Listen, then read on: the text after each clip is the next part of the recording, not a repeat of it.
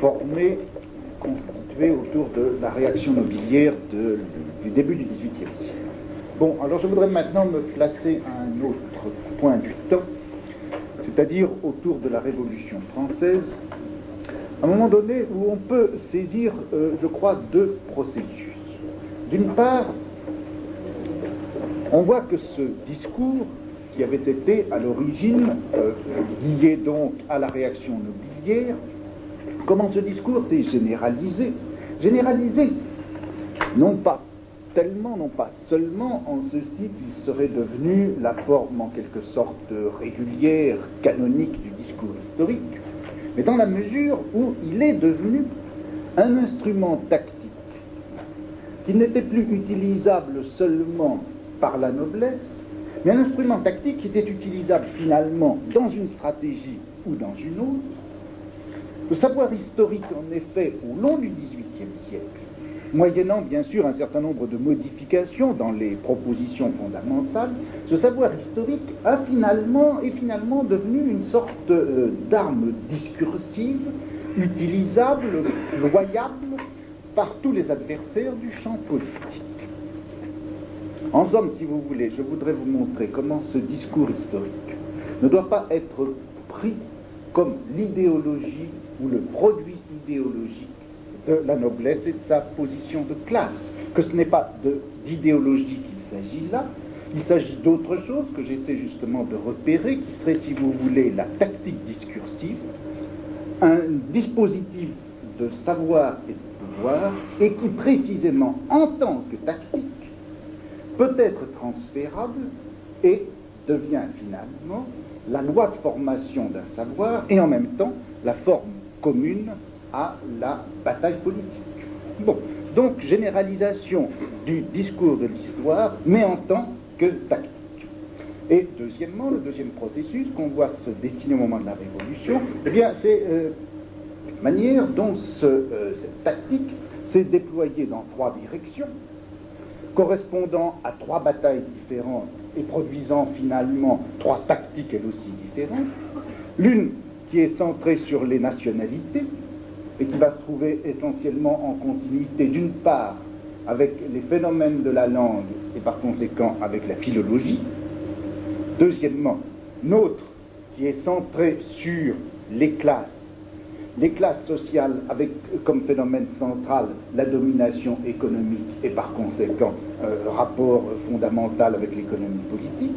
Et enfin, troisièmement, une troisième direction qui va être cette fois centrée non plus sur les nationalités ni sur les classes, mais sur la race, avec comme phénomène central les spécifications et sélections biologiques, et donc la continuité entre ce savoir historique, ce discours historique et la problématique biologique.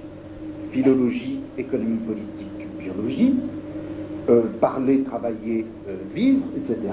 C'est tout ceci que l'on va voir se réinvestir ou se réarticuler autour de ce savoir historique et des tactiques qui lui sont liées. Bon, première chose dont je voudrais vous parler aujourd'hui, c'est donc de cette généralisation tactique du savoir historique, comment, si vous voulez, elle s'est déplacée de son lieu de naissance, qui était la réaction nobiliaire au début du XVIIIe siècle, pour devenir cet instrument général à toutes les luttes politiques, de quelque point de vue qu'on les prenne, à toutes les luttes politiques de la fin du XVIIIe siècle.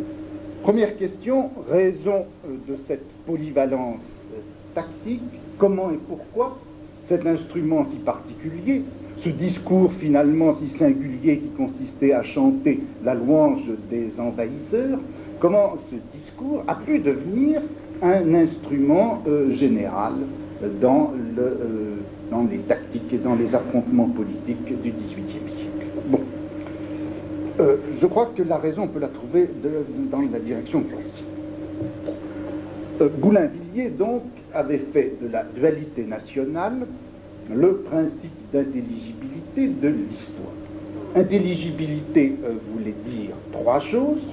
Il s'agissait pour Boulainvilliers, d'abord, de retrouver le conflit initial, bataille, guerre, conquête, invasion, etc., ce conflit initial, ce noyau belliqueux, à partir duquel les autres batailles, les autres luttes, tous les autres affrontements pouvaient dériver, soit à titre de conséquences directes, soit par une série de déplacements, de modifications, de retournements dans le rapport des forces. Donc une sorte de grande généalogie des luttes à travers tous les combats divers qui ont été déposés par l'histoire, comment retrouver la lutte fondamentale, renouer, si vous voulez, le fil stratégique de toutes ces batailles. Bon.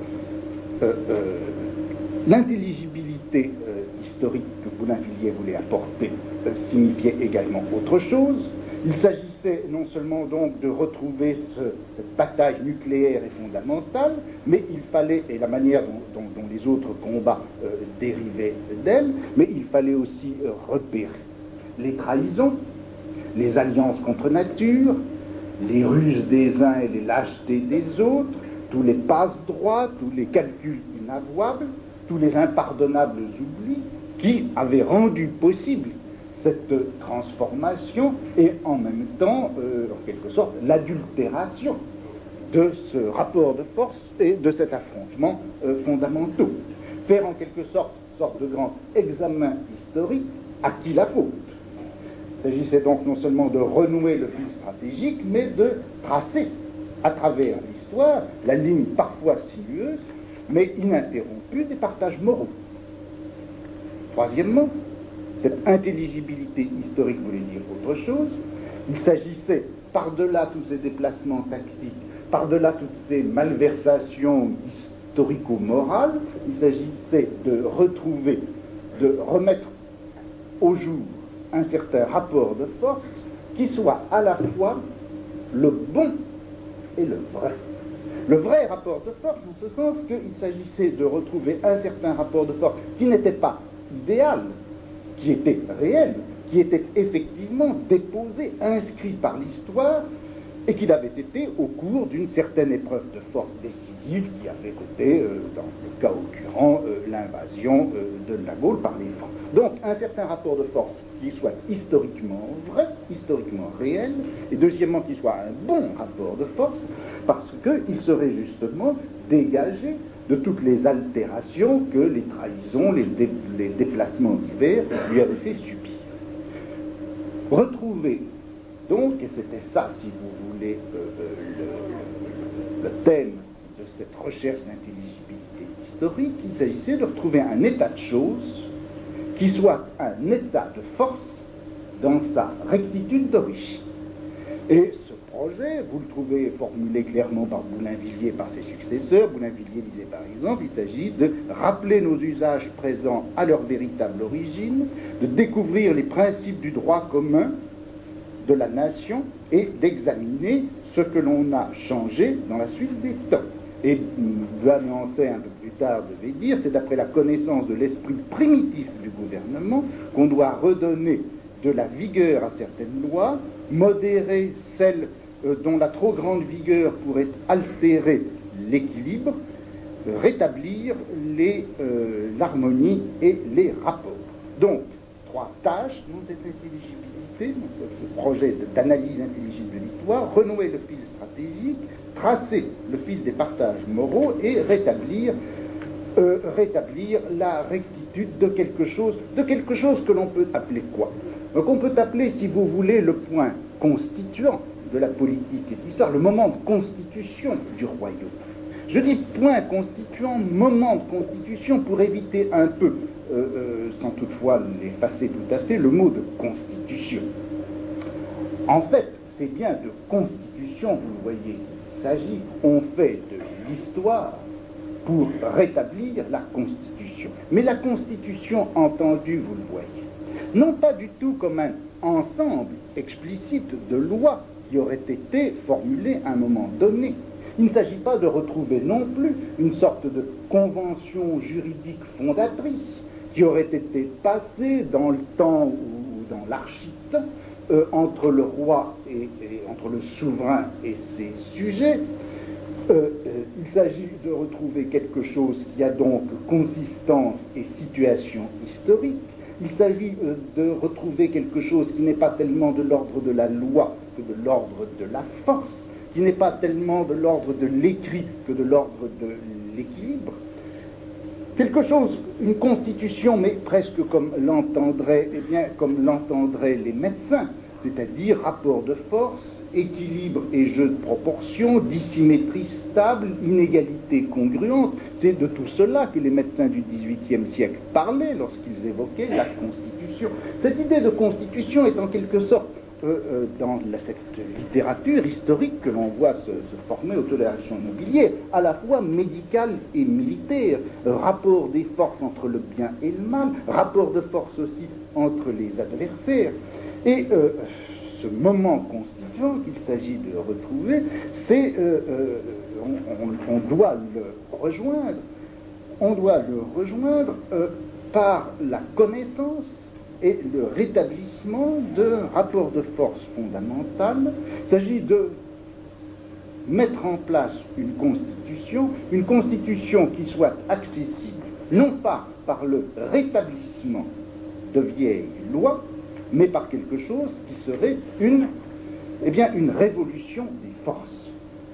Révolution, au sens où précisément, il s'agit de passer du point de la nuit au point du jour, du point le plus bas au point le plus haut. C'est-à-dire que pour Boulainvilliers, et je crois que c'est là ce qui est fondamental, en tout cas ce qui a été possible à partir de Boulainvilliers, ça a été le couplage de ces deux notions, celle de constitution et celle de révolution. Tant que dans la littérature historico-juridique, qui avait été essentiellement celle des parlementaires, on entendait par constitution essentiellement les lois fondamentales du royaume, c'est-à-dire un appareil juridique, quelque chose de l'ordre de la convention. Il était évident que ce retour de la Constitution ne pouvait être que le rétablissement en quelque sorte décisoire de lois remises en pleine lumière.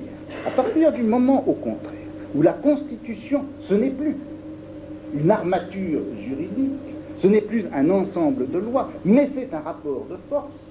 Il est bien entendu que ce rapport de force, on ne peut pas le rétablir à partir de rien, on ne peut le rétablir que dès lors qu'il existe quelque chose comme un mouvement cyclique de l'histoire, dès lors qu'il existe en tout cas quelque chose qui permet de faire tourner l'histoire sur elle-même et de la ramener à son point de départ.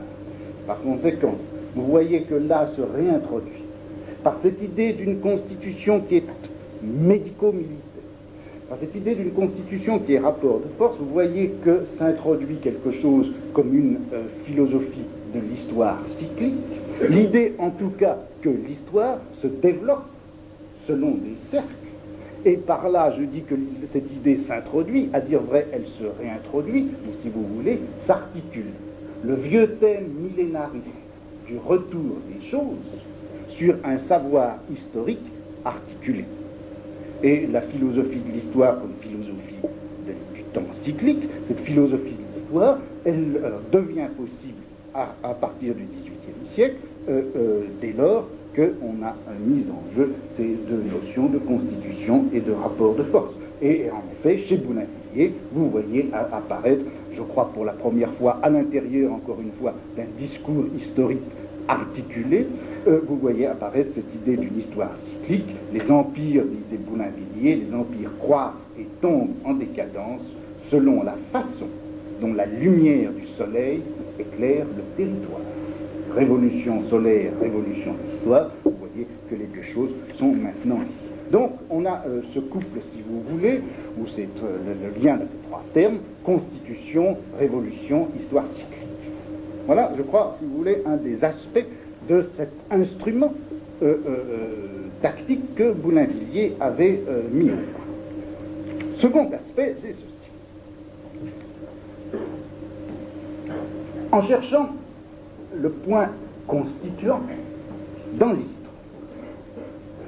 en cherchant par conséquent un point constituant qui soit bon et vrai, qu'est-ce que Boulainvilliers veut faire? Il s'agit pour lui de refuser de chercher ce point constituant dans la loi, bien sûr, mais il s'agit aussi de refuser de le chercher dans la nature. Antijuridisme, c'est ce dont je viens de vous parler à l'instant, mais également antinaturaliste. Le grand adversaire de Boulainvilliers et des successeurs ensuite de Boulainvilliers, ça sera la nature, ça sera l'homme de nature. Ou si vous voulez encore, le grand adversaire, et c'est en cela aussi que les analyses de Boulainvilliers vont devenir instrumentales et tactiques, c'est que le grand adversaire de ce genre-là d'analyse, eh bien, c'est l'homme de nature, c'est le sauvage. Le sauvage entendu en deux sens.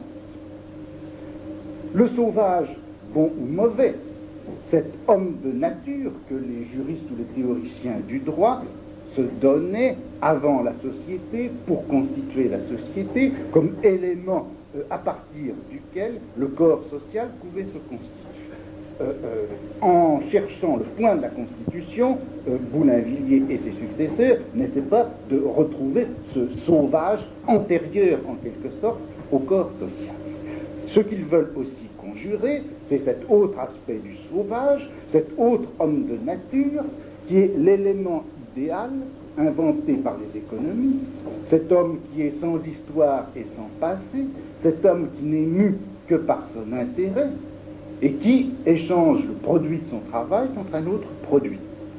Ce que le discours historico-politique de Boulainvilliers et ses successeurs a voulu conjurer, c'est à la fois donc le sauvage théorico-juridique, le sauvage sorti de ses forêts pour contracter et fonder la société, c'est également le sauvage homo economicus qui est voué à l'échange et au troc. Ce couple, au fond, du sauvage et de l'échange, c'est un couple qui est, je crois, absolument fondamental, non seulement dans la pensée juridique, non seulement dans la théorie du droit au XVIIIe siècle, mais c'est également ce couple-là, du sauvage et de l'échange, que l'on va retrouver continuellement depuis le XVIIIe siècle et la théorie du droit jusqu'à l'anthropologie du XIXe et du XXe siècle. Au fond, le sauvage, dans cette pensée juridique du XVIIIe comme à la pensée anthropologique du XIXe et du XXe, le sauvage c'est essentiellement l'homme de l'échange, c'est l'échangeur des droits ou l'échangeur des biens. En tant qu'échangeur des droits, il fonde la société et la souveraineté. En tant qu'échangeur de biens, eh bien, il constitue un corps social qui est en même temps un corps économique. Depuis le XVIIIe siècle, le sauvage, c'est avant tout le sujet de l'échange élémentaire. Bon, eh bien, c'est au fond contre ce sauvage, dont l'importance, vous le savez, a été grande dans la théorie juridique du XVIIIe siècle, c'est contre ce sauvage que le discours historico-politique inauguré par Boulainvilliers adressait à un autre personnage qui est tout aussi élémentaire, si vous voulez, que le sauvage des juristes et bientôt des anthropologues, mais qui est constitué tout différemment. Cet adversaire du sauvage, eh bien, c'est le barbare. C'est le barbare. Le barbare s'oppose au sauvage de quelle manière? Eh bien, d'abord en ceci. Au fond, le sauvage, il est toujours sauvage dans la sauvagerie, avec d'autres sauvages. Dès qu'il est dans un rapport de type social, le sauvage cesse d'être sauvage.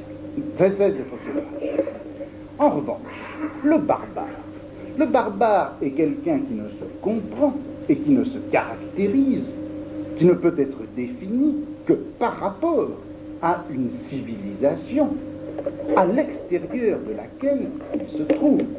Le barbare, il n'y a pas de barbare s'il n'y a quelque part un point de civilisation par rapport auquel le barbare est extérieur et contre lequel il vient se battre. Un point de civilisation que le barbare méprise, dont le barbare a envie, par rapport auquel le barbare se trouve dans un rapport d'hostilité et de guerre permanente. Il n'y a pas de barbare sans une civilisation qu'il cherche à détruire et à s'approprier. Le barbare, c'est toujours l'homme qui piétine aux frontières des États. Le barbare, c'est celui qui vient buter contre les murailles des villes. Le barbare, à la différence du sauvage, il ne repose pas sur un fond de nature auquel il appartient, Il ne surgit que sur un fond de civilisation contre lequel il vient se heurter. Il n'entre pas dans l'histoire en fondant une société, il entre dans l'histoire en pénétrant, en incendiant et en détruisant une civilisation. C'est donc, je crois, le premier point de différence entre le barbare et le sauvage, c'est ce rapport à une civilisation, donc à une histoire préalable. Il n'y a pas de barbare sans une histoire préalable, qui est celle de la civilisation qu'il vient incendier. Et d'autre part, le barbare, ce n'est pas le vecteur d'échange, comme le sauvage. Le barbare, il est essentiellement vecteur de toute autre chose que de l'échange, il est vecteur de domination. Le barbare, à la différence du sauvage, il s'empare, il s'approprie, il pratique non pas l'occupation primitive du sol, mais la rapine, c'est-à-dire que son rapport de propriété est toujours second, il ne s'empare jamais que d'une propriété préalable, de même, il met les autres à son service, il fait cultiver les terres par d'autres, il fait garder ses chevaux, préparer ses armes, etc. Sa liberté, elle aussi, ne repose que sur la liberté perdue des autres, et dans le rapport qu'il entretient au pouvoir, eh bien, le barbare, à la différence du sauvage, ne cède jamais sa liberté. Le sauvage, c'est celui qui a entre les mains une sorte de pléthore de liberté, qu'il vient à céder pour garantir sa vie, sa sécurité, sa propriété. C'est bien, le barbare, lui, ne cède jamais sa liberté, et lorsqu'il se donne un pouvoir, lorsqu'il se donne un roi, lorsqu'il élit un chef, il le fait pourquoi? Non pas du tout pour diminuer sa propre part de droit, mais au contraire pour multiplier sa force, pour être plus fort dans ses rapines, pour être plus fort dans ses vols et dans ses viols, pour être un envahisseur plus certain de sa propre force. C'est comme multiplicateur de sa propre force individuelle que le sauvage met en place un pouvoir. C'est-à-dire que le modèle de gouvernement pour le barbare est un gouvernement nécessairement militaire et qui ne repose pas du tout sur ce contrat de cession civile qui caractérise le sauvage. C'est ça, ce personnage du barbare, que je crois l'histoire type Blainvilliers a mis en place au XVIIIe siècle. Ces deux personnages, eh bien, on comprend très bien pourquoi le sauvage, malgré tout, même lorsqu'on lui reconnaît quelques méchancetés et quelques défauts, dans la pensée juridico-anthropologique de nos jours, et jusque dans les utopies bucoliques et américaines qu'on trouve maintenant, le sauvage, vous savez, il est toujours bon. Et comment ne serait-il pas bon, puisqu'il a précisément pour fonction d'échanger. Il a pour fonction d'échanger, il a pour fonction de donner bien sûr au mieux de ses intérêts, mais dans une forme de réciprocité où nous reconnaissons, si vous voulez, la forme acceptable et juridique de la bonté. Le barbare, en revanche, il ne peut pas ne pas être mauvais, il ne peut pas ne pas être mauvais et méchant, même si on lui reconnaît des qualités. Il ne peut être que plein d'arrogance et inhumain, puisqu'il n'est pas justement l'homme de l'échange et de la nature, il est l'homme de l'histoire, il est l'homme du pillage et de l'incendie, il est l'homme de la domination. Un peuple fier, brutal, sans patrie, sans loi, disait Mably, qui pourtant aimait beaucoup les barbares. Il tolère des violences atroces, car elles sont pour lui dans l'ordre des choses publiques. Chez le barbare, l'âme est grande, noble et fière, mais toujours associée à la fourberie et à la cruauté. Tout ça, c'est dans Mably. Bonneville disait, en parlant des barbares, ces aventuriers ne respirent que la guerre. L'épée était dans leur droit et ils exerçaient sans remords. Et Marat, lui aussi, grand ami des barbares, dit « pauvres, grossiers, sans commerce, sans armes, mais libres ». Bon. Homme de nature, le barbare, oui et non, si vous voulez. Non, en ce sens qu'il est toujours donc lié à une histoire et à une histoire préalable. Le barbare surgit sur fond d'histoire, et s'il se rapporte à la nature, eh bien, disait Douanencey, qui visait son ennemi intime Montesquieu, s'il est l'homme de nature, c'est que la nature des choses, disait Douanencey, la nature des choses, c'est quoi?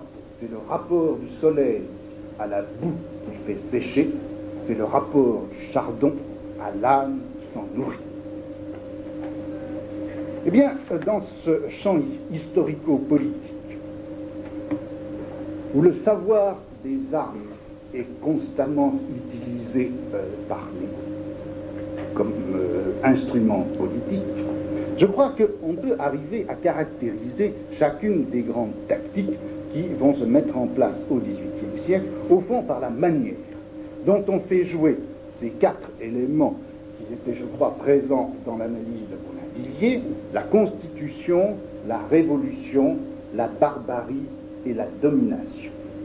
Au fond, le problème, ça va être de savoir comment est-ce que l'on va établir le point de jonction optimum entre le déchaînement de la barbarie, d'une part, et puis l'équilibre de cette constitution que l'on veut retrouver. Comment faire jouer, dans un juste aménagement des forces, ce que le barbare peut apporter avec lui de violence, de liberté, etc. Que faut-il autrement dit garder et que faut-il écarter du barbare pour faire fonctionner une constitution juste? Que faut-il retrouver en fait de barbarie utile? Le problème, c'est au fond le filtrage du barbare. Le filtrage du barbare et de la barbarie. Que faut-il et comment faut-il filtrer la domination barbare pour accomplir la révolution constituante? C'est ce problème-là, et ce sont les différentes solutions à ce problème du filtrage nécessaire de la barbarie pour la révolution constituante. C'est cela qui va, je crois, définir dans le champ du discours historique, dans ce champ historico-politique, les différentes positions tactiques des différents groupes, des différents intérêts, des différents centres de la bataille, que ce soit la noblesse, je n'y reviendrai pas puisqu'on en a parlé avec Boulainvilliers, mais le pouvoir monarchique, mais la bourgeoisie ou les différentes tendances de la bourgeoisie. Je crois que tout cet ensemble du discours historique au XVIIIe siècle est surplombé par ce problème, non pas du tout révolution ou barbarie, mais le problème révolution et barbarie, économie de la barbarie dans la révolution. Et que ça soit ça, ce problème, eh bien, j'en verrai non pas une preuve, mais une espèce de confirmation dans un texte que quelqu'un m'a remis l'autre jour au moment où je quittais le cours, je ne sais pas qui c'est. Le texte est un texte de Robert Desnos, et qui montre, je crois, parfaitement bien comment jusqu'au XXe siècle encore, ce problème, j'allais dire socialisme ou barbarie, mais révolution ou barbarie est un faux problème, et que le vrai problème, c'est révolution et barbarie. Eh bien, j'en prendrai pour témoignage ce texte de Robert Desnos, qui est, je suppose, apparu dans la Révolution surréaliste, mais encore une fois, je ne sais pas, parce qu'il n'y a pas de référence. Bon, et voici ce texte. On le croirait issu directement du XVIIIe siècle. Issus de l'Est ténébreux, les civilisés continuent la même marche vers l'Ouest qu'Attila, Tamerlan et tant d'autres inconnus. Qui dit civilisé, dit ancien barbare, c'est-à-dire bâtards des aventuriers de la nuit, c'est-à-dire ceux que l'ennemi romain ou grec corrompit. Expulsés des rives du Pacifique et des pentes de l'Himalaya, ces grandes compagnies, infidèles à leur mission, se trouvent maintenant face à ceux qui les chassèrent au jour pas très lointain des invasions. Fils de Calmon, petit-fils d'Éen, dépouillez un peu ces robes empruntées aux vestiaires d'Athènes ou de Thèbes, ces cuirasses ramassées à Sparte et à Rome, et apparaissez nus, comme l'étaient vos pères, sur leurs petits chevaux. Et vous, Normands laboureurs, pêcheurs de sardines, fabricants de cidre, montez un peu sur ces barques hasardeuses qui, par-delà le cercle polaire, tracèrent un long sillage avant d'atteindre ces prés humides et ces forêts giboyeuses. Meute, reconnais ton maître. Tu croyais le fuir, cet Orient qui te chassait en t'investissant du droit de destruction que tu n'as pas su conserver, et voici que tu le retrouves de dos, une fois le tour du monde achevé. Je t'en prie, n'imite pas le chien qui veut attraper sa queue, tu te courras perpétuellement après l'Ouest, arrête-toi, rends-nous compte un peu de ta mission, grande armée orientale devenue aujourd'hui les Occidentaux. Bon, alors, concrètement, si vous voulez, pour essayer de resituer un peu donc ces différents discours historiques et les tactiques politiques dont ils relèvent, concrètement, donc, Boulainvilliers avait introduit tout à la fois dans l'histoire le grand barbare blond, le fait juridique et historique de l'invasion et de la conquête violente, l'appropriation des terres et l'asservissement des hommes, et enfin un pouvoir royal extrêmement limité. Eh bien, de tous ces groupes, de tous ces traits massifs et solidaires qui constituaient l'irruption du fait de la barbarie dans l'histoire, de tous ces traits, quels sont ceux qui vont être écartés, qu'est-ce qu'on va garder pour reconstituer le juste rapport des forces qui doit soutenir le royaume. Bien, je prendrai, si vous voulez, trois grands modèles de filtres, il y en a eu bien d'autres au XVIIIe siècle, je prends ceux-là parce qu'ils ont été politiquement et aussi épistémologiquement sans doute les plus importants, et ils correspondent chacun à trois positions politiques bien différentes.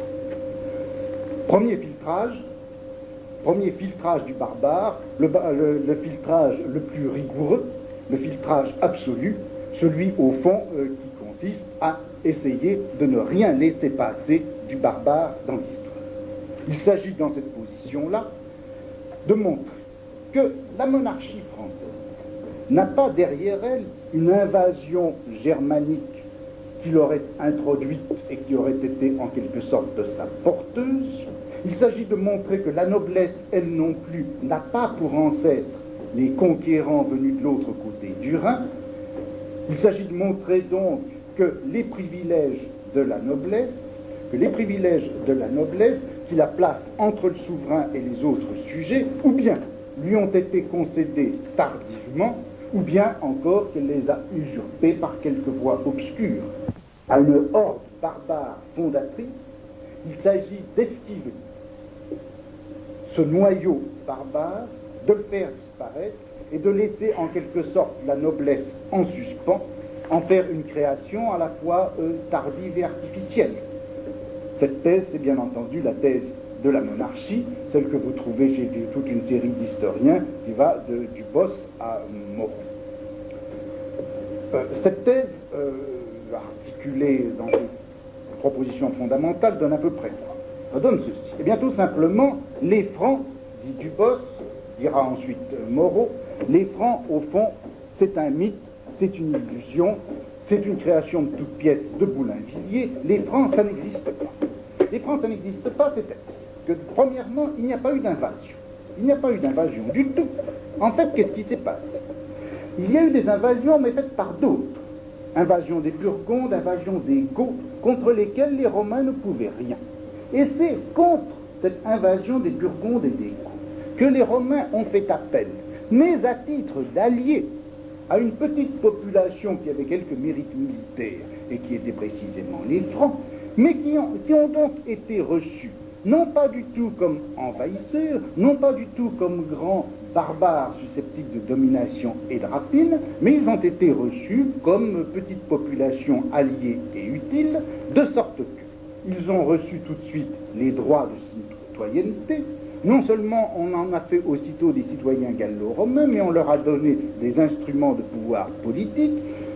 Et à ce sujet, Dubos rappelle que Clovis, après tout, a été consul romain. Donc, ni invasion ni conquête, mais immigration et alliance. Il n'y a pas eu donc d'invasion, mais on ne peut même pas dire qu'il y ait eu un peuple franc avec sa législation ou ses coutumes. D'abord, tout simplement parce qu'ils étaient beaucoup trop peu nombreux, dit Dubos, pour pouvoir traiter les Gaulois de Turcs à mort et leur imposer leurs propres habitudes, leurs propres coutumes. Ils ne pouvaient même pas, perdus qu'ils étaient dans cette masse gallo-romaine, maintenir leurs propres habitudes. Donc ils se sont littéralement dissous. Et d'ailleurs, comment ne se serait-il pas dissous dans cette société et dans cet appareil politique gallo-romain, puisqu'ils n'avaient véritablement aucune connaissance de l'administration ni du gouvernement. Déjà, leur art de la guerre, Dubos prétend qu'il les avait empruntés aux Romains. En tout cas, les mécanismes de l'administration, ces mécanismes de l'administration qui étaient, dit Dubos, admirables dans la Gaule romaine, eh bien, les les Francs n'ont eu garde de les détruire. Rien ne fut dénaturé par les Francs de la Gaule romaine, rien ne fut dénaturé, dit Dubos, l'ordre triompha. Donc les Francs ont été absorbés et le roi est resté simplement en quelque sorte au sommet, à la surface de cet édifice gallo-romain à peine pénétré de quelques immigrés d'origine germanique. Seul le roi est donc resté au sommet de l'édifice, roi qui a hérité précisément des droits césariens de l'empereur romain, c'est-à-dire qu'on a eu, non pas du tout, comme le croyait Boulainvilliers, une aristocratie de type barbare, mais tout de suite une monarchie absolue. Et c'est plusieurs siècles après que la rupture s'est produite, que s'est produit quelque chose qui est l'analogue de l'invasion, mais une sorte d'invasion interne. Et là, l'analyse de Boulainvilliers, Dubos, se déplace vers la fin des Carolingiens et le début des Capétiens, où il repère là un affaiblissement du pouvoir central, un affaiblissement de ce pouvoir absolu de type césarien dont les Mérovingiens avaient bénéficié au départ, affaiblissement de ce pouvoir. En revanche, les officiers délégués par le souverain s'arrogent de plus en plus de pouvoir. Ce qui était leur ressort administratif, ils en font des fiefs, comme si c'était leur propriété à eux, et c'est ainsi que naît, sur cette décomposition du pouvoir central, quelque chose qui est la féodalité. Féodalité dont vous le voyez qu'elle est un phénomène tardif, non pas du tout lié à l'invasion, mais à la destruction interne du pouvoir central, et qui constitue en effet, qui a les mêmes effets qu'une invasion, mais une invasion qui aurait été faite de l'intérieur par des gens usurpant un pouvoir dont ils étaient simplement les délégués. Le démembrement de la souveraineté et le changement des offices en seigneurie produisirent, c'est un texte de Dubos que je vous lis, produisirent des effets tout semblables à ceux de l'invasion étrangère, élevèrent entre les rois et le peuple une caste dominatrice et firent de la Gaule un véritable pays de conquête. Ces trois éléments, invasion, conquête, domination, qui caractérisaient, selon Boulainvilliers, ce qui s'était passé au moment des Francs, eh bien, Dubos les retrouve, mais les retrouve comme phénomène interne dû à la naissance, ou corrélatif de la naissance d'une aristocratie, mais d'une aristocratie, vous voyez, artificielle et complètement protégée, complètement indépendante de l'invasion franque et de la barbarie qu'elle a portée avec elle. Et alors c'est contre cette conquête, contre cette usurpation, contre cette invasion intérieure que alors vont se déclencher des luttes, le monarque d'une part, les villes également qui avaient gardé la liberté des municipes romains, le roi et ses villes vont lutter ensemble contre les féodaux. Vous avez là, dans ce discours de Dubos, de Moreau et tous les historiens monarchistes, vous le voyez, le retournement pièce à pièce du discours de Boulainvilliers, avec ceci tout de même comme transformation importante, c'est que vous voyez le foyer de l'analyse historique se déplace du fait de l'invasion et des premiers Mérovingiens vers cet autre fait qui a été la naissance de la féodalité et les premiers Capétiens. Vous voyez aussi, et c'est important, que l'invasion de la noblesse est analysée non pas du tout comme l'effet d'une victoire militaire et l'irruption de la barbarie, mais comme le résultat d'une usurpation interne. Le fait de la conquête est toujours affirmé, mais il est dépouillé et de son paysage barbare et des effets de droit que pouvait entraîner la victoire militaire. Les nobles, ce ne sont pas des barbares, ce sont des escrocs. Ce sont des escrocs politiques. Voilà, si vous voulez, la première utilisation tactique par retournement du discours de Boulainvilliers. Autre filtrage maintenant, autre filtrage du barbare. Il s'agit dans cet autre type de discours, cette fois, de dissocier une liberté germanique, c'est-à-dire une liberté barbare, la dissocier du caractère exclusif des privilèges de l'aristocratie. Autrement dit, il s'agit, et en ceci, cette thèse, cette tactique va rester très proche de celle de Boulainvilliers. On va continuer à faire valoir contre l'absolutisme romain de la monarchie les libertés qu'ont apportées avec eux les Francs et les barbares. Les bandes hirsutes venues de l'autre côté du Rhin sont bien entrées en Gaule, elles ont apporté avec elles leur liberté. Mais ces bandes hirsutes, ce n'étaient pas des Germains guerriers constituant un noyau aristocratique qui allait se maintenir comme tel dans le corps de la société gallo-romaine. En fait, ce qui a déferlé, ce sont bien des guerriers, mais c'est en fait tout un peuple en armes. La forme politique et sociale qui s'est introduite dans la Gaule, ce n'est pas celle d'une aristocratie, c'est celle au contraire d'une démocratie, de la démocratie la plus large. Et cette thèse, alors, vous la trouvez chez Mably, chez Bonneville, vous la trouvez chez Marat encore, dans les chaînes de l'esclavage.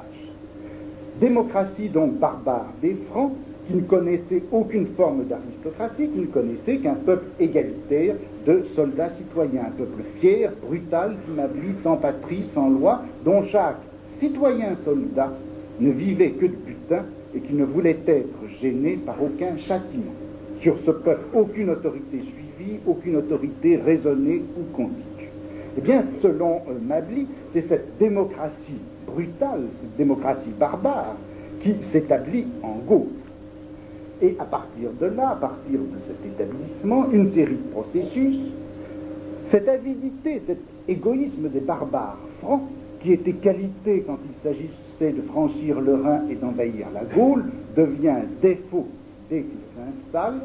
Les Francs ne s'occupent plus que de pillage et d'appropriation, c'est-à-dire qu'ils négligent et l'exercice du pouvoir et ses assemblées de mars ou de mai qui contrôlaient à chaque instant, chaque année, le pouvoir royal. Ils laissent donc faire le roi, ils laissent se constituer au-dessus d'eux une monarchie qui tente à devenir absolue, et le clergé, ignorant sans doute plus que ruse, d'après Mably, le clergé interprète les coutumes germaniques en termes de droit romain, ils se croient être sujets d'une monarchie, alors qu'ils étaient en fait le corps d'une république. Bon, quant aux fonctionnaires officiers du souverain, eh bien, eux aussi, ils prennent de plus en plus de pouvoir, de sorte qu'on est en train de quitter cette démocratie générale qui avait été apportée avec elle par la barbarie franque, et on entre dans un système à la fois monarchique et aristocratique.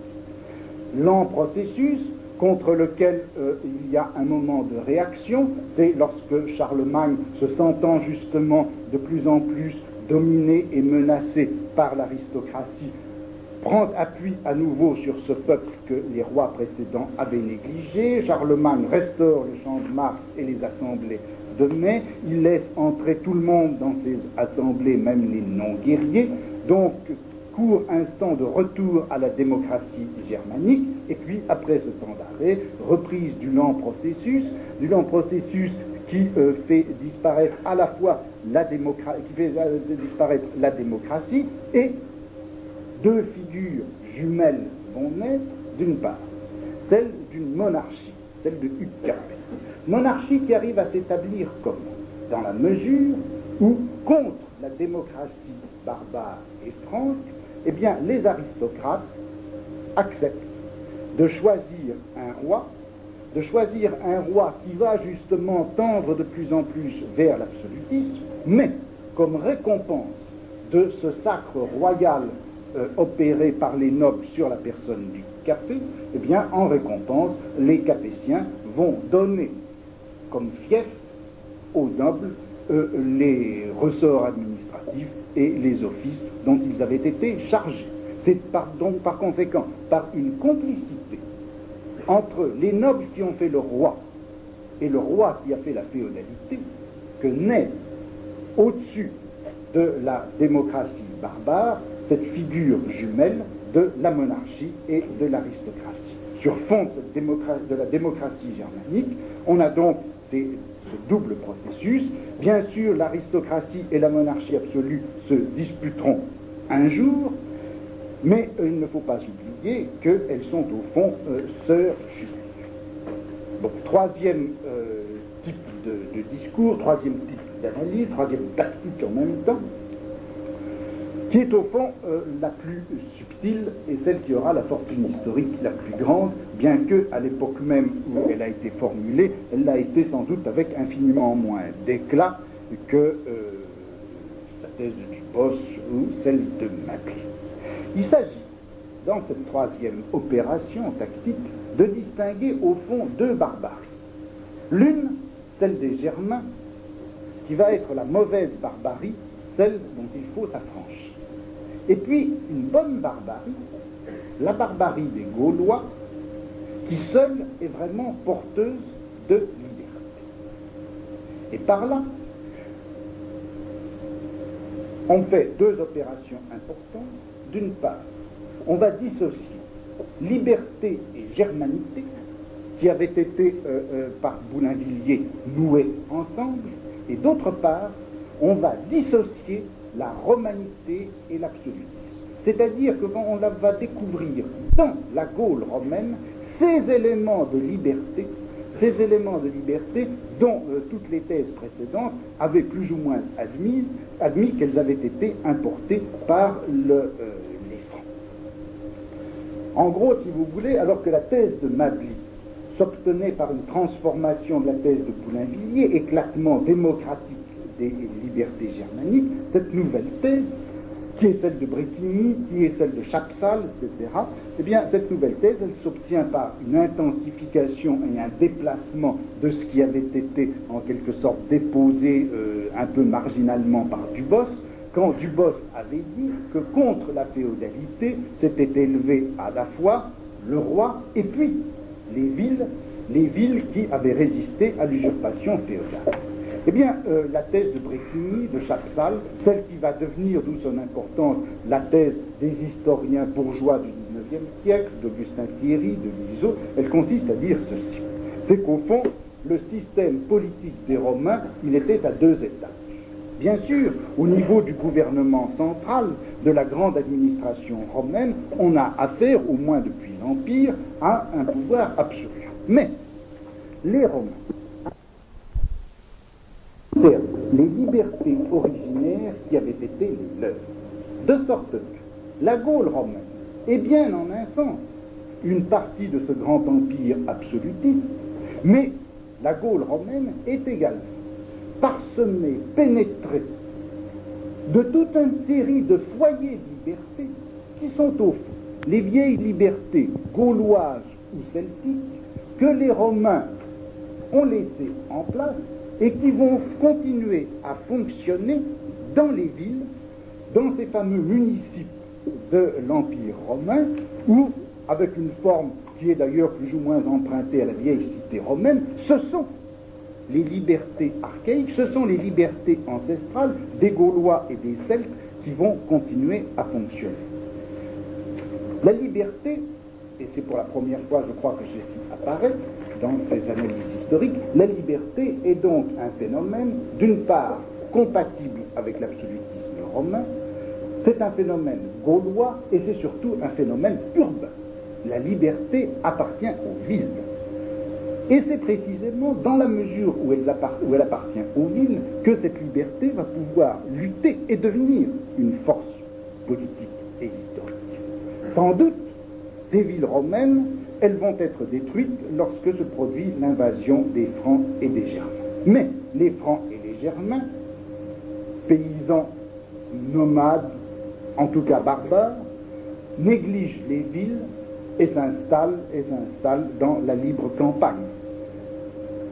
Donc les villes se reconstituent, négligées qu'elles étaient par les Francs, elles se reconstituent et elles bénéficient à ce moment-là d'un nouvel enrichissement. Lorsque la féodalité se met en place à la fin du règne des Carolingiens, eh bien sûr, les grands seigneurs, laïcs ou ecclésiastiques, vont essayer de mettre la main sur cette richesse reconstituée des villes. Mais c'est là que les villes, ayant acquis à travers l'histoire force grâce à leur richesse, grâce aussi à leur liberté, grâce aussi à la communauté qu'elles formaient, eh bien les villes vont pouvoir lutter, résister, se révolter. Et c'est tout ce grand mouvement de révolte des communes que l'on voit se développer dès les premiers Capétiens et qui finalement imposeront aussi bien au pouvoir royal qu'à l'aristocratie, imposeront finalement et le respect de leurs droits et finalement, jusqu'à un certain point, leurs lois, leur type d'économie, leur forme de vie, leurs mœurs, etc. Ceci au XVe ou XVIe siècle.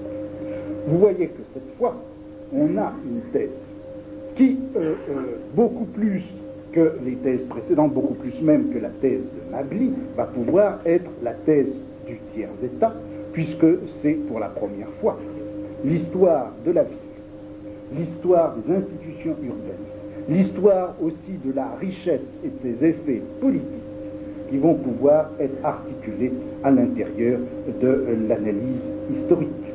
C'est ce qui est fait dans cette histoire, ce qui est esquissé au moins dans cette histoire, eh bien, c'est un tiers-État qui se forme non pas tout simplement par les concessions du roi, mais qui se forme grâce à son énergie, grâce à sa richesse, grâce à son commerce, grâce à un droit urbain fort élaboré, emprunté en partie au droit romain, mais articulé également sur l'ancienne liberté, c'est-à-dire sur l'ancienne barbarie gauloise, désormais. Et pour la première fois, la romanité, qui avait toujours eu dans la pensée historique et politique du XVIIIe siècle, qui avait toujours eu la couleur de l'absolutisme, la romanité qui était toujours du côté du roi, va se colorer de libéralisme. Et la romanité, loin d'être la forme théâtrale dans laquelle le pouvoir royal va réfléchir son histoire, la romanité va être, grâce à ces analyses dont je vous parle, un enjeu pour la bourgeoisie elle-même. La bourgeoisie va pouvoir récupérer la romanité sous la forme du municipe gallo-romain comme étant, en quelque sorte, ses lettres de noblesse. La municipalité gallo-romaine, c'est la noblesse du tiers-État, et c'est cette municipalité, cette forme d'autonomie, de liberté municipale que le tiers-État va réclamer. Bon, tout ceci est bien entendu à resituer dans tout le débat qui a eu lieu au XVIIIe siècle autour justement des libertés municipales, des autonomies municipales. Je vous renvoie par exemple au texte de Turgot qui doit dater de 1774. Mais vous voyez que du même coup, la romanité va pouvoir, à la veille de la Révolution, se dépouiller de toutes ces connotations monarchistes et absolutistes qui avaient été les siennes tout au long du XVIIIe siècle. Il va pouvoir y avoir une romanité libérale et par conséquent une romanité vers laquelle on peut essayer de revenir, même lorsqu'on n'est pas monarchiste, même lorsqu'on n'est pas absolutiste, on peut revenir à la romanité, même si l'on est bourgeois, et vous savez que la Révolution ne s'en privera pas. Autre importance aussi de ce discours de Brétigny, Chapsal, etc., c'est que vous le voyez, il permet un formidable élargissement du champ historique. Au fond, on était parti avec les historiens anglais du XVIIe siècle dont je vous avais parlé, mais aussi avec Boulainvilliers, on était parti de ce petit noyau qui était le fait de l'invasion, ces quelques dizaines d'années, ce siècle en tout cas, au cours desquels les hordes barbares avaient déferlé sur la Gaule. Et vous voyez que petit à petit, on assiste à tout un élargissement. On a déjà vu, par exemple, avec Mably, l'importance qu'avait un personnage comme Chapsal, comme Charlemagne.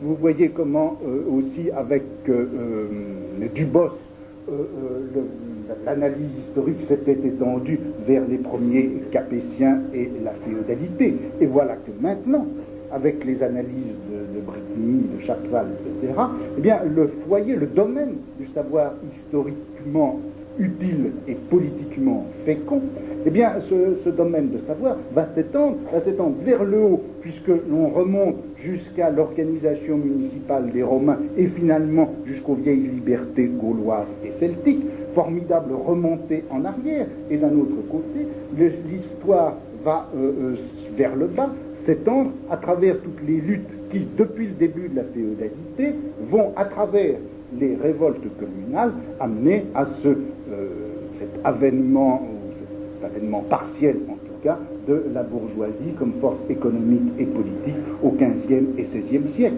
C'est désormais un millénaire et demi d'histoire qui vont devenir le champ du débat historique et politique. Le fait juridique et historique de l'invasion a maintenant complètement éclaté et on a affaire à un immense champ de lutte généralisée qui couvre donc 1500 ans d'histoire avec des acteurs aussi variés que les rois, la noblesse, le clergé, les soldats, les officiers royaux, le tiers-état, les bourgeois, les paysans, les habitants des villes, etc. Et une histoire qui prend appui sur des institutions comme les libertés romaines, les libertés municipales, l'église, l'éducation, le commerce, la langue, etc. Éclatement général du champ de l'histoire, et c'est précisément dans ce champ que les historiens du XIXe siècle vont reprendre le travail. Bon, vous me direz pourquoi tous ces détails, pourquoi cette mise en place de ces différentes tactiques à l'intérieur du champ de l'histoire. C'est vrai que j'aurais pu tout simplement passer directement à Augustin Thierry, Montlosier, etc., et à tous ceux qui ont, à partir de cette instrumentation de savoir, essayé de penser le phénomène révolutionnaire. Je me suis attardé à cela pour deux raisons. D'abord, pour une raison de méthode. Que vous le voyez, on peut, je crois, très bien repérer comment, à partir de Boulainvilliers, s'est constitué un discours historique et politique, dont le domaine d'objet, dont les éléments pertinents, dont les concepts, dont les méthodes d'analyse sont très proches les uns des autres. Il s'est formé une sorte de discours historique au cours du XVIIIe siècle, un discours historique qui est commun à toute une série d'historiens pourtant très opposés dans leurs thèses comme dans leurs hypothèses ou leurs rêves politiques.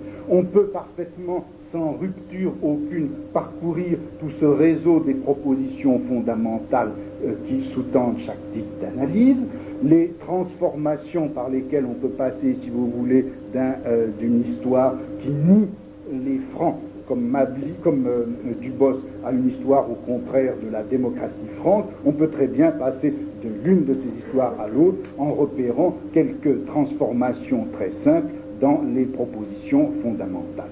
Donc, une trame épistémique très serrée de tout le discours historique, quelles que soient finalement les thèses historiques et quels que soient les objectifs politiques qu'ils se donnent.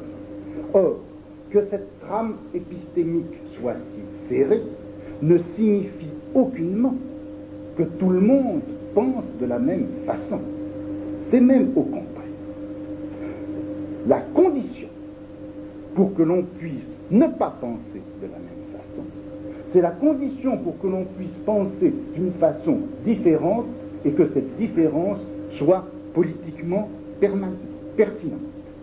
Pour que les différents sujets parlants puissent occuper des positions tactiquement opposées, pour qu'ils puissent les uns en face des autres se trouver en position d'adversaire, pour que par conséquent l'opposition soit une opposition à la fois dans l'ordre du savoir et dans l'ordre de la politique, il fallait justement qu'il y ait ce champ très serré, ce réseau très serré qui régularise le savoir historique. Plus le savoir est régulièrement formé, plus il est possible pour les sujets qui y parlent, plus il est possible pour eux de se répartir selon des lignes rigoureuses d'affrontement. Et plus il est possible de faire fonctionner ces discours ainsi affrontés comme autant de tactiques différentes dans des stratégies globales où il ne s'agit pas simplement de discours de vérité, mais il s'agit également de pouvoir, de statut, d'intérêt économique. Autrement dit, la réversibilité tactique du discours est fonction directe de l'homogénéité des règles de formation de ces discours. C'est la régularité du champ épistémique, c'est l'homogénéité dans le mode de formation du discours qui va le rendre utilisable dans des luttes qui, elles, sont extra-discursives. C'était pour cette raison de méthode donc que j'ai insisté sur cette répartition des différentes tactiques discursives à l'intérieur d'un champ historico-politique cohérent, régulier et formé de façon très sérieuse. J'y ai insisté aussi pour une autre raison, une raison de fait, qui concerne ce qui s'est passé au moment même de la Révolution, et ce quelque chose, c'est ceci. C'est que, d'une part, vous voyez que finalement, à part la dernière forme de discours dont je viens de vous parler, celle de Brétigny, de Chaptal, etc., au fond, ceux qui avaient le moins d'intérêt à investir leur projet politique dans l'histoire, c'était bien entendu les gens de la bourgeoisie ou du tiers-État. Parce que revenir à la Constitution, demander le retour à quelque chose comme un équilibre des forces, impliquait en quelque sorte que l'on soit sûr de trouver dans ce rapport des forces, eh bien, que l'on soit sûr de s'y retrouver soi-même. Or, il était bien évident que le tiers-État, la bourgeoisie, ne pouvait guère, avant en tout cas le milieu du Moyen-Âge, se repérer soi-même comme sujet historique dans ce jeu de rapport des forces. Tant qu'on interrogeait les Mérovingiens, les Carolingiens, les invasions franques ou même encore Charlemagne, comment pouvait-on trouver quelque chose qui fût de l'ordre du tiers-État ou de la bourgeoisie? D'où le fait que la bourgeoisie, contrairement à ce qu'on dit, a été au XVIIIe siècle certainement la plus réticente, la plus réluctante à l'histoire. Profondément, c'est l'aristocratie qui a été historique, la monarchie l'a été, les parlementaires également, mais la bourgeoisie est restée longtemps anti-historiciste, ou anti-historienne si vous voulez, et ce caractère anti-historien de la bourgeoisie, on le voit se manifester de deux façons. Premièrement, toute la première partie du XVIIIe siècle, la bourgeoisie a été plutôt favorable au despotisme éclairé, c'est-à-dire à quelque chose, à une certaine forme de modération du pouvoir monarchique, mais qui ne reposerait pas sur l'histoire, qui reposerait sur une limitation due au savoir, à la philosophie, à la technique, à l'administration, etc. Et puis la bourgeoisie, dans la seconde partie du XVIIIe siècle, et surtout avant la Révolution, a essayé d'échapper à l'historicisme ambiant. Elle a essayé d'échapper à cet historicisme en demandant une constitution. Une constitution qui ne soit pas justement une reconstitution, une constitution qui soit essentiellement, sinon anti-historique, du moins ahistorique, d'où vous le comprenez, le recours au droit naturel, le recours à quelque chose comme le contrat social, le rousseauisme de la bourgeoisie à la fin du XVIIIe siècle, au début de la Révolution, ce rousseauisme était exactement une réponse à l'historicisme des autres sujets politiques qui se battaient dans ce champ de la théorie et de l'analyse du pouvoir. Être rousseauiste, faire appel précisément au sauvage, faire appel au contrat, c'était échapper à tout ce paysage qui était défini par le barbare, son histoire et ses rapports avec la civilisation. Bon, cet anti-historicisme de la bourgeoisie, bien sûr, il n'est pas resté tel quel, il n'a pas empêché toute une réarticulation de l'histoire. Au moment de la convocation des États généraux, vous voyez que les cahiers de doléances sont remplis de références historiques, mais des références historiques, les cahiers de doléances sont remplis de références historiques, mais des références historiques dont les principales sont bien entendu les références historiques de la noblesse elle-même, et c'est simplement pour répondre à la multiplicité de ces références faites aux capitulaires, à l'île de Piste, etc., aux pratiques mérovingiennes, aux carolingiennes, c'est pour répondre à cela que la bourgeoisie, à son tour, a réactivé toute une série de savoirs historiques, en quelque sorte, à titre de réplique polémique à la multiplicité des références historiques que vous trouvez dans les cahiers de la noblesse. Et puis, vous avez une seconde réactivation historique qui est sans doute plus importante et plus intéressante, c'était la réactivation dans la Révolution elle-même d'un certain nombre de moments, de formes historiques, qui ont fonctionné, si vous voulez, comme des fastes de l'histoire, dont le retour dans le vocabulaire, dans les institutions, dans les signes, dans les manifestations, dans les fêtes, etc., permettait de donner une figure visible à une révolution comprise comme cycle et comme retour. Et c'est ainsi que vous avez eu deux grandes formes historiques réactivées dans la Révolution, à partir même en quelque sorte de ce rousseauisme juridique qui avait été le fil directeur pendant longtemps. D'une part, réactivation de Rome, réactivation plutôt de la cité romaine, c'est-à-dire aussi bien de la Rome archaïque, républicaine et vertueuse, que la cité gallo-romaine avec ses libertés et sa prospérité. D'où la fête romaine comme ritualisation politique de cette forme historique qui revenait à titre de constitution en quelque sorte fondamentale des libertés. Autre figure réactivée, ça a été la figure de Charlemagne. Charlemagne dont vous avez vu le rôle que lui donnait Mably, Charlemagne qui est pris comme point de jonction entre les libertés franques et les libertés gallo-romaines, Charlemagne, l'homme qui convoquait le peuple au champ de Mars, Charlemagne, souverain guerrier mais en même temps protecteur du commerce et des villes, Charlemagne, roi germanique et empereur romain. Il y a eu tout un rêve carolingien qui a traversé la Révolution et dont on parle beaucoup moins que de la fête romaine, tout un rêve carolingien qui s'est développé dès le début de la Révolution. Le champ de Mars, la fête du 14 juillet 1790, c'est une fête carolingienne. Elle se passe précisément au champ de Mars. Et c'est bien un certain rapport du peuple ainsi assemblé à son souverain.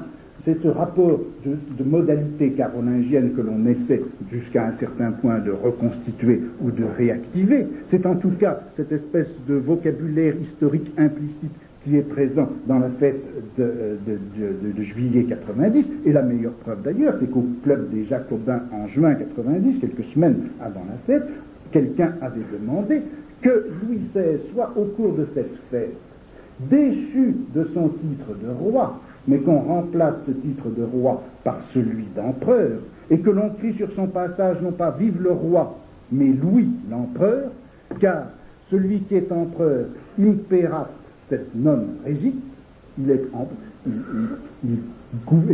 commande mais il ne gouverne pas, il est empereur et il n'est pas roi. Il faudrait, disait ce projet, que Louis XVI revienne du champ de Mars, la couronne impériale sur la tête. Et c'est bien entendu au point de confluence de ce rêve carolingien un peu méconnu et puis du rêve romain que l'on va trouver bien sûr l'empire napoléonien. Autre forme, si vous voulez, et je m'arrêterai là, de réactivation historique à l'intérieur de la Révolution, ça a été bien entendu l'exécration de la féodalité, l'exécration de ce que d'Entraigues, noble rallié à la bourgeoisie, appelait le plus épouvantable fléau dont le ciel, dans sa colère, put frapper une nation libre.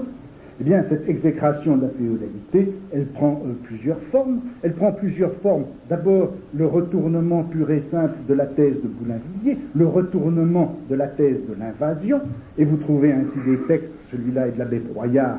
Messieurs les Francs, nous sommes 1000 contre 1. Nous avons été longtemps vos vassaux. Devenez les nôtres. Il nous plaît de rentrer dans le patrimoine de nos pères. Voilà ce que l'abbé Broyard voulait que le tiers-état dise à la noblesse. Et Sieyès, dans son fameux texte sur lequel je reviendrai la prochaine fois, Sieyès disait « Pourquoi ne pas renvoyer dans les forêts de la Franconie toutes ces familles qui conservent la folle prétention d'être issues de la race des conquérants et d'avoir succédé à des droits de conquête ?»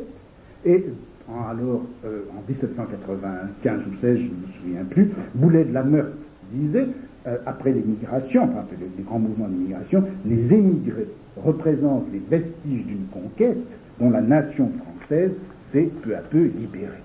Et vous voyez ici se former quelque chose qui va être si important au tout début du XIXe siècle, c'est-à-dire la réinterprétation de la Révolution française, des luttes politiques et sociales qui l'ont traversée, sa réinterprétation en termes d'histoire des races. Et c'est également du côté de cette exécration de la féodalité qu'il faut sans doute replacer la valorisation ambiguë du gothique. Ce gothique que l'on voit apparaître dans les fameux romans médiévaux de l'époque de la Révolution, ces romans gothiques qui sont à la fois romans de terreur, d'effroi et de mystère, mais également romans politiques, car ce sont toujours des récits d'abus de pouvoir, d'exaction, c'est la fable des souverains injustes, des seigneurs impitoyables et sanguinaires, des prêtres arrogants, etc. Le roman gothique est un roman, si vous voulez, de science et de politique-fiction. Politique-fiction dans la mesure où il s'agit de romans essentiellement centrés sur l'abus de pouvoir, et science-fiction dans la mesure où il s'agit de la réactivation au niveau de l'imaginaire de tout un savoir sur la féodalité, de tout un savoir sur le gothique qui a au fond un siècle d'âge. Ce n'est pas la littérature, ce n'est pas l'imagination qui a, à la fin du XVIIIe siècle, introduit comme une nouveauté ou comme un renouveau absolu ce thème du gothique et de la féodalité. En fait, le thème du gothique et de la féodalité se sont inscrits dans l'ordre de l'imaginaire, dans la mesure même où ils avaient été, ce gothique et cette féodalité, l'enjeu d'une lutte maintenant séculaire au niveau du savoir et des formes de pouvoir. Bien avant le premier roman gothique, presque un siècle avant, on se battait autour de ce qu'étaient historiquement et politiquement les seigneurs, leurs fiefs, leurs pouvoirs, leurs formes de domination. Tout le XVIIIe siècle a été, au niveau du droit, de l'histoire et de la politique, traversé par le problème du féodal. Et ce n'est qu'au moment de la Révolution, donc un siècle après cet énorme travail au niveau du savoir et au niveau de la politique, que finalement il y a eu une reprise en charge imaginaire dans ces romans de science et de politique fiction. En romaine, vous avez donc eu pour cette raison-là le roman gothique, mais tout ceci est donc à replacer dans cette histoire du savoir et des tactiques politiques qu'il permet. Bon, et bien alors, la prochaine fois, je vous parlerai de l'histoire comme reprise de la Révolution.